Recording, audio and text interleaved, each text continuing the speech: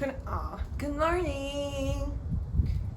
It's 11:18 a.m. So I'd like to say hi in the way for morning. In today's class, we will continue to study about the conjunctive adverbs when and if.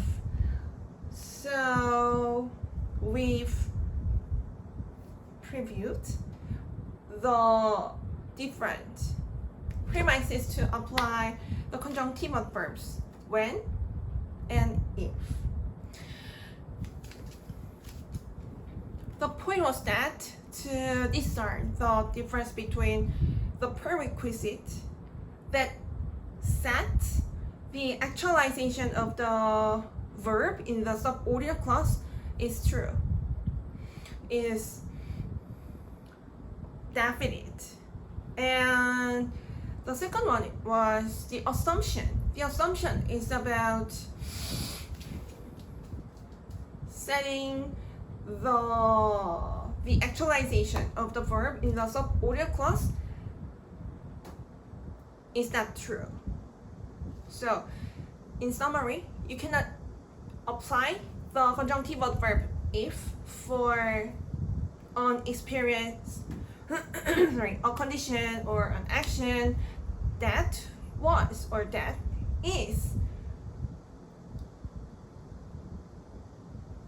actualized for real. And when it comes to the definition of each verb, each conjunctive verb, we studied about the concurrency. The conjunctive adverb when is applied by the speaker who links the subordinate clause to the main clause when the speaker intends to reveal the concurrency between the two experiences, conditions, or actions in the subordinate clause and the main clause. In the context, we will study about the three examples that are about the tense. The tense in the subordinate clause and the main clause is most of the time the same because we admit that the conjunctive adverb when delivers the concurrency between the verbs in both clauses. So the first sentence and the second sentence that are about the past action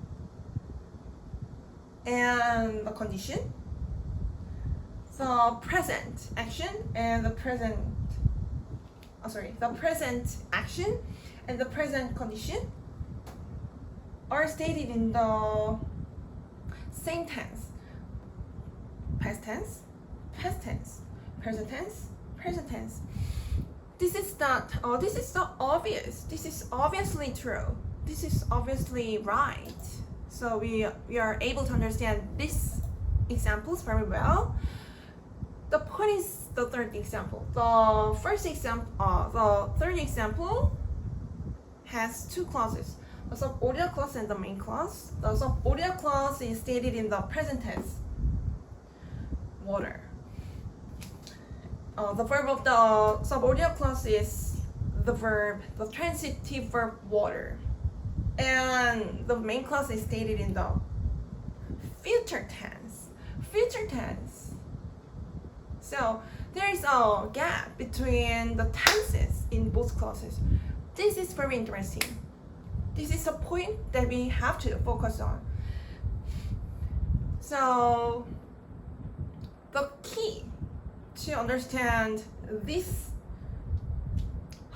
this exceptional case, unlike the first and second example, is the understanding of the prerequisite. That's the reason why we studied about the prerequisite and the assumption ahead of this class.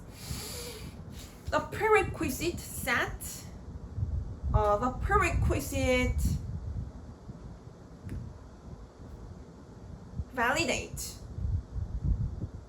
the certainty of the action in the subordinate clause. Like the action of the speaker in the subordinate clause is surely actualized for real.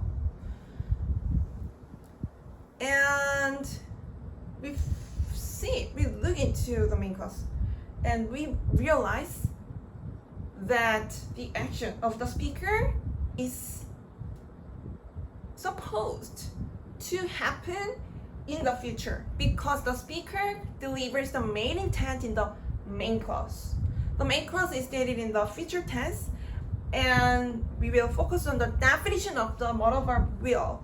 The modal verb will has the definition as the noun, which is willing, which is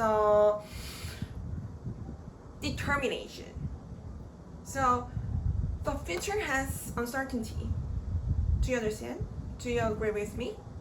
And what we can do about our wish and hope in the future is to pray to our Lord. So the speaker reveals this uncertainty by the modal verb will, and the speaker applies the conjunctive adverb when that reveals the concurrency between the two action and condition. And the speaker only applies a certain experience, condition, or action in the subordinate clause because this is the clause for the prerequisite. There isn't any uncertainty. The speaker does not apply the modal verb will because there is no uncertainty. This is the clause for the prerequisite. So the speaker only reveals the tense, the future tense in the main clause. And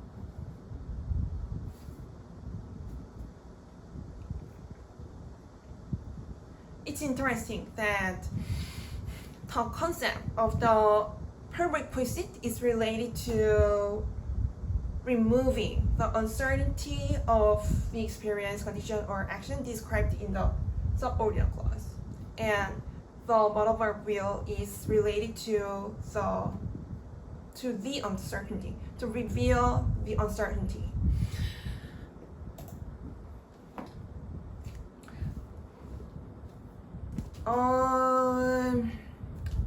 We will briefly check off the two examples.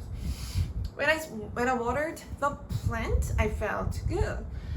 As these clauses are stated in the past tense, the speaker actualized the action of watering and the condition in the past. And the speaker states the main clause after the subordinate clause, so the speaker can change the arrangement like this. I felt good. When I watered the plant, this sentence starts with the main clause, which delivers the main intent of the speaker, so there isn't a comma. The second example is about the action of the speaker, just like the first example, but the speaker actualizes the condition and the action at the present. So both clauses are stated in the present tense, and the speaker intends to reveal the main intent in the main clause, so the speaker states the main clause ahead of the subordinate clause without a comma. And we've studied about this example at first, related to the prerequisite and the definition of the conjunctive adverb when for concurrency, and the modal verb. The definition of the modal verb will is related to the uncertainty in the future. In this sentence, the speaker states the main clause ahead of the sub-audio clause, so we cannot find any comma. Let's study 3 sentences one by one. When I watered the plants, I felt good. And this sentence is the same. This sentence delivers the same intent of the speaker in this sentence. I felt good when I watered the plant. The speaker links the sub-audio clause to the main clause with the conjunctive adverb when. The speaker states the condition of the speaker as the subject actualized at the point in the past, with the transitive verb felt in the main clause. The speaker states the action of the speaker as the subject actualized at the same point in the past when the condition indicated by the intransitive verb felt in the main clause was actualized with the transitive verb watered in the sub-audio clause. This can be understood by the concurrency that is delivered by the definition of the conjunctive adverb when. Compared to the sentence stated in the arrangement of the main clause and the sub-audio clause linked to the main clause, the speaker who states the experience, condition, or action of the subject in the sub-audio clause ahead of the main clause distinguishes the sub-audio clause from the main clause with a punctuation mark or comma. This is about this arrangement of the main clause and the sub-audio clause. The second example is going to be studied in the next class. Thank you for watching.